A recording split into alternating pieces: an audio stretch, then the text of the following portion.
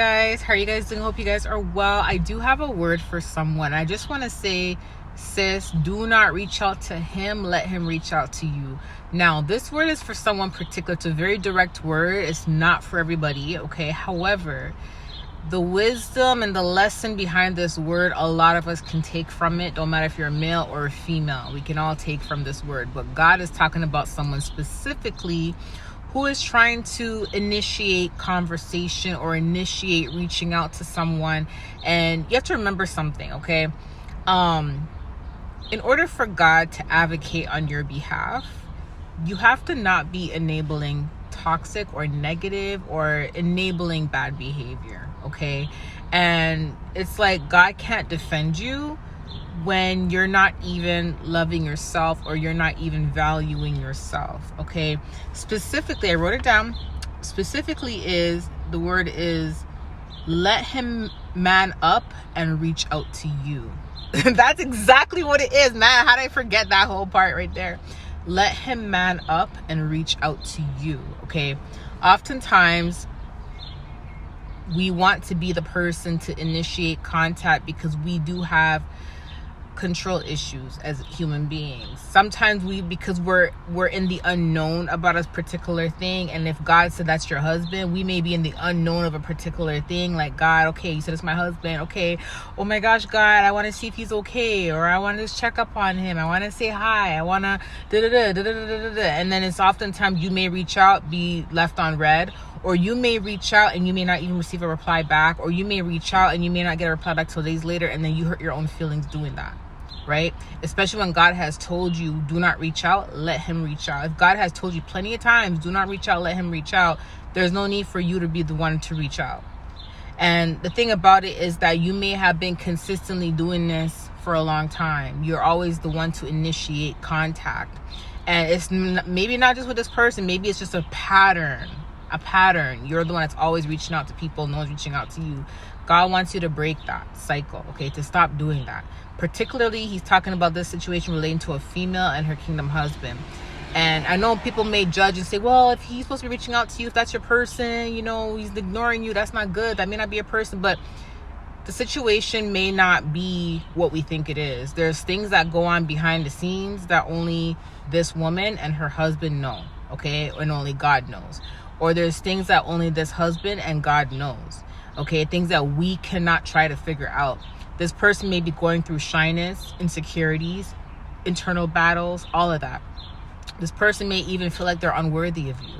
Do you see what I'm saying? And the more and more you reach out, try to initiate things, it's almost like they want you to see your own value. It's almost like, okay, in the past, I may have done this and that, or in the past, I may not have been as consistent as I should have been, but as a woman, I want you to respect yourself. As my wife, I want you to respect yourself. I want you to allow me to work on myself. I want you to allow me to walk with God. I want you to allow me to be man enough to treat you the way you deserve to be treated. Stop enabling my bad behavior. Okay, I'm just saying that as more understanding, perspective wise.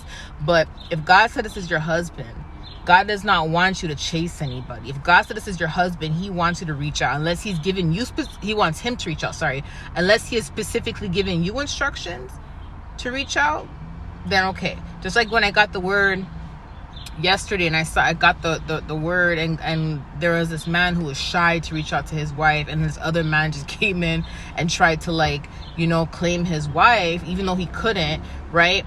That was specific instructions for that person. So that person has to go to God and has to follow these instructions and do what God told them to do, right?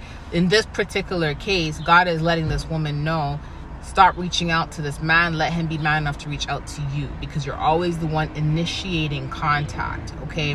And I just want to say, when God advocates on our behalf as his children, he wants to advocate on our behalf, and he wants our actions to prove what it is he is telling someone. So if God is saying, that's my daughter, she deserves to be treated like a queen, you know what I mean? I don't want you disrespecting her.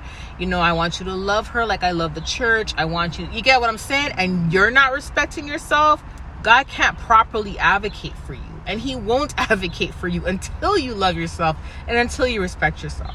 And until that happens, God is not going to advocate for you, because what's the point? God knows what we're going to do before we do it. And if God knows, man, she's going to reach out to him after I told her not to. She's going to chase him after I told her not to. She may even sleep with him after I told her not to. She's going to do everything against what I told her to do. Therefore, I cannot properly defend her and show this man her value, give this man the revelation about her, if she's going against every single thing I'm trying to do in her life. You see what I'm saying? So you have to work with God and not against God.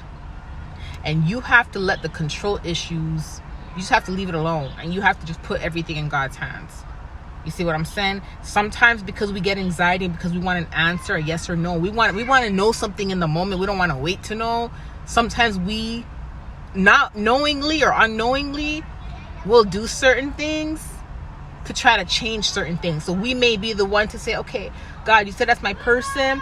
I'm nervous, I've been waiting for this person to reach out. This kid's coming from school, sorry. All the kids are coming back from school. So, wow, they're so loud. But, let's just wait for the school bus to pass by. I think they're like, be successful. That's so positive. Aw.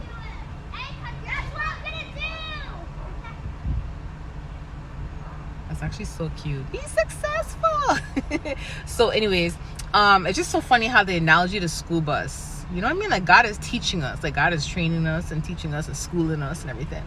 But anyways, as I was saying before, yeah, so it's like, sometimes, we have to understand that we can't, when you want answers right away, you want a yes or no, and you want things to change, you want to hurry up and get to that prophecy. Sometimes you think that you reaching out to someone may help, or you initiating contact with them may help, but it may honestly work against you if you're the one that's always been doing this. Do you see what I'm saying? Because God is trying to teach you how to value yourself. God is trying to teach that person how not to be shy. Hi, honeys. God is trying to teach that person how not to be shy and how to be secure, not insecure. And you doing the work for them by reaching out, babying them, and all of that stuff is totally going against what God is trying to do, right? So the point of me saying this is, God said, again, let this man up and reach out to you. Do not reach out to him. You'll know it's your word. Like I said, it's very specific. You'll know it's your word because he already told you this. Or every time you're about to reach out, there's like a resistance. You get what I'm saying? It's like you'll text and then pull away. You know what I'm saying? But anyways, I love you guys. I'll talk to you soon. Be successful. That's what I'm gonna do. Be successful. Stay in school. Okay, guys. I love you guys. Bye.